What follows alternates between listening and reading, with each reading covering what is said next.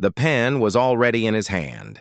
Dale Hargrove stood in the middle of the Westfield John Deere dealership in Grundy County, Illinois, and the fluorescent lights overhead made everything look clean and new and inevitable. The 4440 sat on the showroom floor 30 feet away, green and yellow under the lights, 130 horsepower power shift transmission, and 8-row planter package included if he signed today. Tom Aldrich, the sales manager, was talking again. Something about depreciation schedules and fall delivery windows. But Dale wasn't listening. He was looking at the contract. The financing rate was 5%. The monthly payment would run $1,840 for 7 years.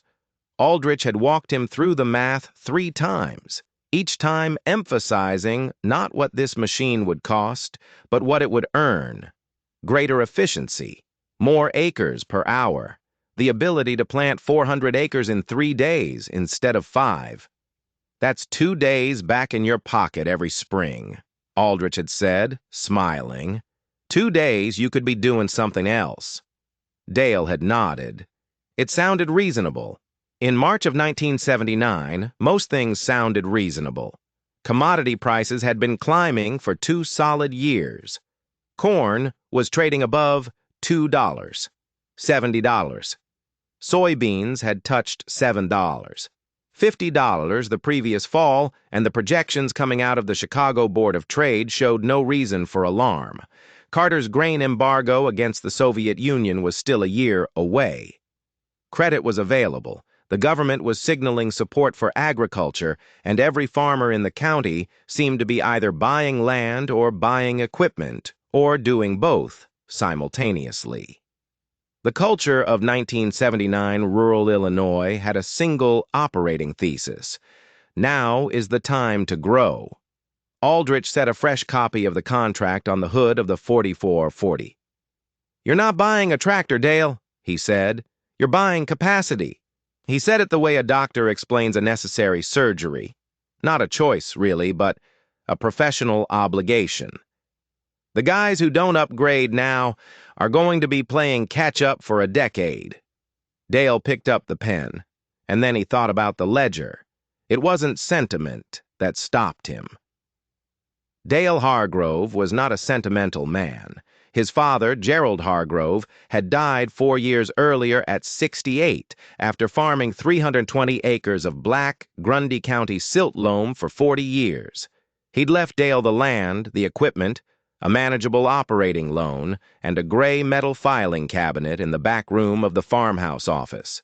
Inside that cabinet, in a manila folder labeled simply Accounts, was a handwritten ledger going back to 1951. Every year, every input cost, every yield, every price received, every loan payment made. Dale had read it cover to cover the week after the funeral, not out of grief, out of information management. He needed to understand what he'd inherited beyond the physical assets. What he found in those pages was not a sentimental document. It was something closer to a financial autobiography. Gerald Hargrove had lived through the price spike of 1947 and its collapse. He'd watched neighbors expand in the early 1950s when prices were favorable, and he'd recorded in terse, penciled shorthand what happened to those neighbors when prices fell and interest accrued. One entry, from 1954, read simply, "Kowalczyk sold North 80, couldn't make interest." Another from 1958, Bremer auction, "Good equipment, poor timing." Gerald never editorialized. He just wrote what happened. Standing in the dealership, Dale tried to do the math on the 4440 the way his father would have. Not Aldrich's math, not the optimistic math of higher capacity and recovered planting days, but the baseline math. What does this payment look like if corn drops to $2.10? What does it look like at $1? 90? What does it look like if I have a drought year and yields come in at 80 bushels instead of 130? The answers were uncomfortable. At $1.90, corn, and 80 bushel yields on his best 200 acres, the payment consumed his entire operating margin and then some. He'd be liquidating savings to meet it. "Tom," Dale said, setting the pen down on the contract, "I need to take this home." The silence in the showroom lasted about 2 seconds. Aldrich's expression didn't break. He was too professional for that. But something behind his eyes shifted. "The fall delivery pricing ends Friday," Aldrich said. "After that, we're looking at spring pricing, and availability gets tighter." "I understand," Dale said. He drove home in his 1974 Ford pickup with the heater rattling and the contract folded in his front pocket. That night, he pulled the ledger out of the filing cabinet and opened it to 1952. He wasn't looking for inspiration. He was looking for a pattern. What Gerald Hargrove had documented across nearly 3 decades was a recurring structure. Prices rise. Credit loosens. Neighbors expand. Prices fall, not always dramatically, sometimes gradually, but inexorably. Credit tightens. The people who expanded on borrowed money during the upswing face a mathematical reality during the downswing that no amount of efficiency can solve: fixed payments against declining revenue. That wasn't the real risk, Dale realized. The real risk wasn't buying a tractor. It was the structure of the purchase, debt service that didn't flex with commodity prices layered on top of existing obligations, in a moment when everyone around him believed prices would hold. He'd seen this movie before. Not personally, but in his father's handwriting. The 4440 was a good machine. Dale didn't doubt that. It would genuinely plant more acres per hour, genuinely save time in the spring window, genuinely improve operational capacity. But that wasn't the real risk. It wasn't about the machine. It was about leverage. At $1,140 per month against an income stream tied to commodity prices, he was building a fixed cost into a variable revenue model. And the variable side of that equation had a history his father had documented in pencil across 30 years. He called Aldrich the next morning and declined. The reaction in Grundy County was not dramatic. Nobody organized a protest or staged an intervention. But farmers talk, and by April, word had moved through the coffee shops and the elevator and the co-op that Dale Hargrove had passed on the new 4440. He was still running his father's 1968 4020. He was, by the consensus of the township, behind. His neighbor Gary Wellman had signed the same week Dale walked out. Gary farmed 480 acres 2 miles to the east, a good operator, methodical, not a gambler by nature. But Gary had also been looking at the same commodity prices Dale had been looking at, and he had 2 teenage sons who wanted to farm, and the logic of expansion made sense in a world where grain prices appeared structurally elevated. Gary's payment was $2,100 per month. He signed with confidence. That spring planting season went smoothly for everyone. Corn went in on time. The weather cooperated. Gary's 4440 covered his ground in 3 days, just as Aldrich had promised. Dale's 4020 took 5. Gary mentioned this at the elevator in June, not unkindly, just observationally. "You'd have had 2 more days," he said. Dale nodded. "I would have," he agreed. Through the summer of 1979, grain prices stayed firm. Dale questioned himself quietly, in the way that financially disciplined people always do, when the thing they said no to appears to be working for everyone who said yes. Maybe Aldrich had been right. Maybe the expansion thesis was correct. Maybe his father's ledger reflected a different era, different economics. A world before government price supports and export demand had changed the fundamental calculus of American grain farming. Then, in January 1980, Jimmy Carter announced the grain embargo against the Soviet Union. The embargo didn't crash prices overnight. That's not how these things work, and if you were watching closely, the real damage came from a different direction. In October 1979, Federal Reserve Chairman Paul Volcker had announced a shift in monetary policy. The Fed was going to break inflation by restricting money supply. interest rates were going up, not a little. The prime rate, which had been around 11% when Dale had been sitting in Aldrich's showroom, was moving toward 15%, then 18%. By mid-1980, the prime rate hit 21. 5%. Read that number again, 21.5%, for farmers who'd borrowed at variable rates, and many had because variable rates had been lower at signing. This wasn't an inconvenience. It was a structural disaster. A $200,000 operating loan that had carried 10% interest suddenly carried 18%, then 21%. The annual interest cost on that loan went from $20,000 to $42,000 in less than 18 months. The math stopped working, not in a manageable way, not in a tighten-your-belt way. In a fundamental, the payments now exceed the income way. Gary Wellman's equipment financing had been at a fixed rate, so the tractor payment held. But Gary had also refinanced his operating loan in 1979 to expand his seed and fertilizer purchases, expecting strong yields to cover it. That loan was variable. By the spring of 1981, his interest expense had increased by nearly $14,000 annually against corn prices that had dropped from $2.70 to around $2. 35 after the embargo disrupted export expectations. Gary didn't say much about it, but Dale noticed he was spending more time at the elevator talking to the lender's ag representative, and those conversations had the quiet urgency of renegotiation. Dale's picture was different. He had no equipment debt. His operating loan was modest: seed, fertilizer, diesel, and he'd kept it flat rather than expanding it. When rates spiked, his interest exposure was limited. He felt the increase. It wasn't comfortable, but it wasn't existential. By 1982, the pattern his father had documented in that ledger was running in real time. Commodity prices had weakened. Land values, which had inflated dramatically through the late 1970s as farmers leveraged rising equity to borrow more, were beginning to soften.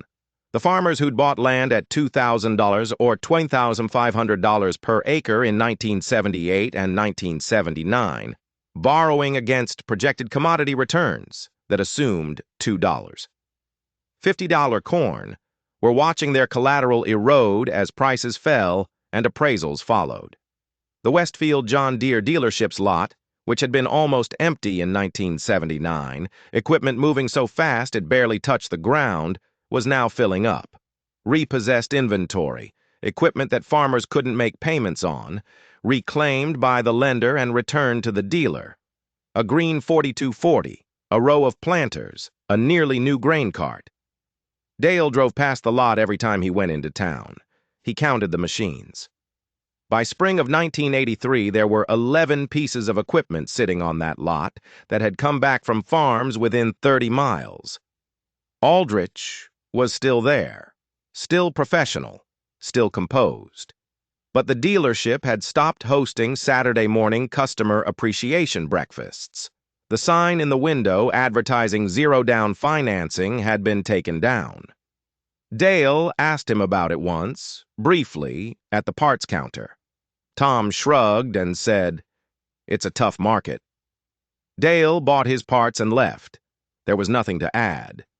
The foreclosure that shocked the community was the Breckenridge place. Harold Breckenridge had farmed 640 acres north of town, third generation. His grandfather had broken that ground. He'd expanded in 1978 and 1979, buying 160 acres at $2,200 per acre, financing it at terms that required strong corn prices to service. By 1983, corn was below $2.00 in the fall market, his operating costs had risen with inflation, and the bank, under pressure from federal regulators to clean up agricultural portfolios, declined to extend his operating line.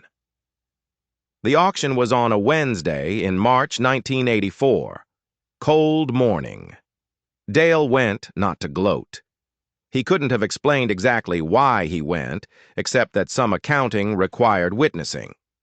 Harold stood near the fence and watched his equipment sell. His face was neutral in the way faces go neutral when there's nothing left to express. A 7820 tractor went for 60 cents on the dollar. A grain dryer went for less. The land itself was scheduled to sell separately. Dale didn't bid on anything that day. He wasn't ready, but he watched the prices. He was doing math. The summer of 1984 was when the power started to shift, quietly and without ceremony. A 160-acre parcel 2 miles from Dale's home place came up for sale, not at auction, but through a private arrangement between a bank and a neighboring farmer who could no longer carry the debt. The bank's ag lender called Dale because he had a known reputation: no equipment debt, modest operating line, solid yield history.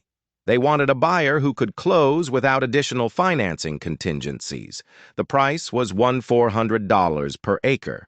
3 years earlier, that ground had been appraised at $2,100. Dale had been accumulating cash quietly since 1979. Not a fortune. 5 years of modest profits on 320 acres doesn't build a fortune, but enough of a cushion that when the opportunity arrived, he could act. He put $80,000 down and financed the remainder at a negotiated fixed rate. His payment was manageable against any reasonable corn price scenario. He ran the math 6 ways before he signed, and every version of the math worked. He farmed that ground for the first time in the fall of 1984. It was good dirt. It had always been good dirt. It had just been carrying the wrong capital structure. By 1986, the farm crisis had a name. Congress was holding hearings. Farm aid concerts were raising money and awareness. The statistics were becoming visible in ways that abstract financial pressure never quite manages. 235,000 farms had failed or significantly restructured between 1981 and 1986. In some Midwest counties, more than 10% of farms changed hands under financial duress. Land values had dropped 50% to 60% from their 1981 peaks in parts of Iowa, Illinois, and Minnesota. Gary Wellman survived, barely and not without significant restructuring. He sold the 4440 in 1984, not repossessed, but sold voluntarily to reduce debt, and went back to leasing equipment for 2 seasons while he rebuilt his operating line. He never said much to Dale about what those years cost him. Dale never asked. Gary was a good farmer and a decent man, and the decisions he'd made in 1979 had made sense in 1979. The environment had changed in ways that were genuinely difficult to anticipate from inside the optimism of that moment. That's worth saying clearly. The farmers who borrowed and expanded in 1979 were not reckless people. They were responding rationally to the signals the market was sending. The dealer wasn't lying about efficiency. The tractor was real. The yield math was real. The capacity improvements were real. What the dealer couldn't model, what nobody in that showroom in 1979 could model with certainty, was a 21% prime rate, a grain embargo, and a simultaneous collapse in land values that erased the collateral supporting all that debt. These things weren't inevitable. They were possible. And that's the distinction Gerald Hargrove had spent 30 years writing down in pencil. Not that expansion is bad, not that debt is always destructive, but that borrowed optimism, financing growth on the assumption that favorable conditions persist, carries a risk that doesn't show up on the dealership's efficiency calculator. It shows up later, in the gap between fixed payments and variable revenue, when the gap opens wider than you planned for and stays open longer than you can sustain. In the spring of 1987, Dale Hargrove was farming 480 acres. He'd acquired 2 additional parcels since 1984, one at auction, one through a private bank sale, both at prices that would have seemed impossible in 1979. His equipment was aging but functional and debt-free. His operating line was modest. He'd added a small grain storage system for cash, not because he'd planned it, but because a neighbor's bins had come available at a distress sale and the math supported it. The Westfield John Deere dealership had changed hands. in 1986. The new owners were consolidating inventory, closing satellite locations, restructuring the business for a market that had permanently contracted in the short term. Aldrich had moved on. Dale had heard he was in insurance now, which seemed like the kind of lateral move that a market correction produces. One evening in April, Dale sat at the kitchen table with his father's ledger open in front of him. He'd been thinking about this moment for a while without quite planning it. He opened to the back the blank pages that Gerald had never filled, and he wrote the first entry in his own hand. 1979, declined 4440 upgrade, Westfield JD, financing at 11, 5%, $1,840 month. Reviewed ledger, decision, hold. Then, page by page, he wrote through what had followed. Not every detail, but the structure, the rate spike, the neighbors' restructuring, the Breckenridge auction, the land acquisitions, the years of operating with margin instead of payment pressure. He wrote it the way his father had written it, without editorializing, without vindication, without drama, just the record. He wrote the final entry for 1987, 480 acres, no equipment debt, operating line $42,000, 2 parcels acquired at distressed prices, 1984 to 1986, soil in good condition, working the rotation. Then he closed the ledger and set it back in the gray metal filing cabinet. He didn't feel like he'd won something. He felt like he'd finished a sentence his father had started. The question this story keeps circling back to is not whether the 4440 was a good machine. It was. The question is what efficiency actually means when it's financed with debt in a volatile market. Efficiency improves output per hour. Debt creates fixed obligations that don't move with commodity prices. When markets are rising, the efficiency argument wins. When markets fall, and they always fall eventually for reasons that are genuinely difficult to predict, the fixed obligations remain. That's the asymmetry that the ledger had been documenting since 1951. Would you have signed that contract in 1979? Most people, looking at the same data Dale was looking at in that showroom, would have. The prices were real. The credit was available. The cultural pressure was real. The dealer wasn't wrong about efficiency. The conditions that made the decision dangerous weren't visible yet. They became visible later, in the form of a 21% prime rate and a grain embargo nobody had fully priced in. The lesson isn't contrarianism.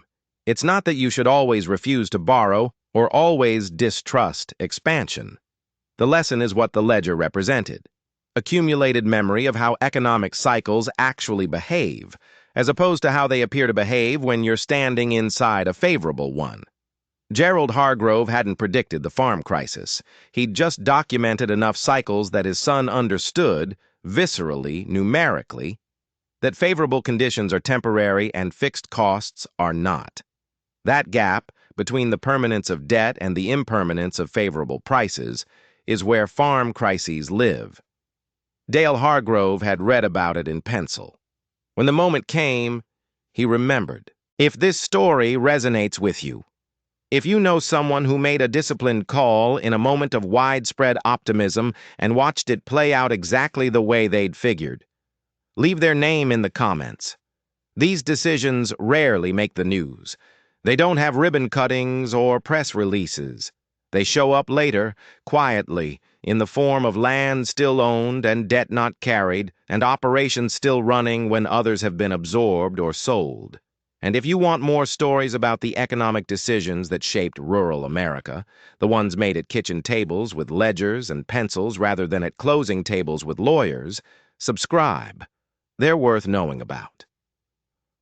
All events and economic conditions referenced are consistent with documented agricultural and macroeconomic data from the 1979-1987 farm crisis period. The prime rate reached 21.5% in December 1980. U.S. farmland values declined an average of 40-60% from their 1981 peak in key Midwest states by 1986. Approximately 235,000 farms were lost to foreclosure or financial restructuring during this period.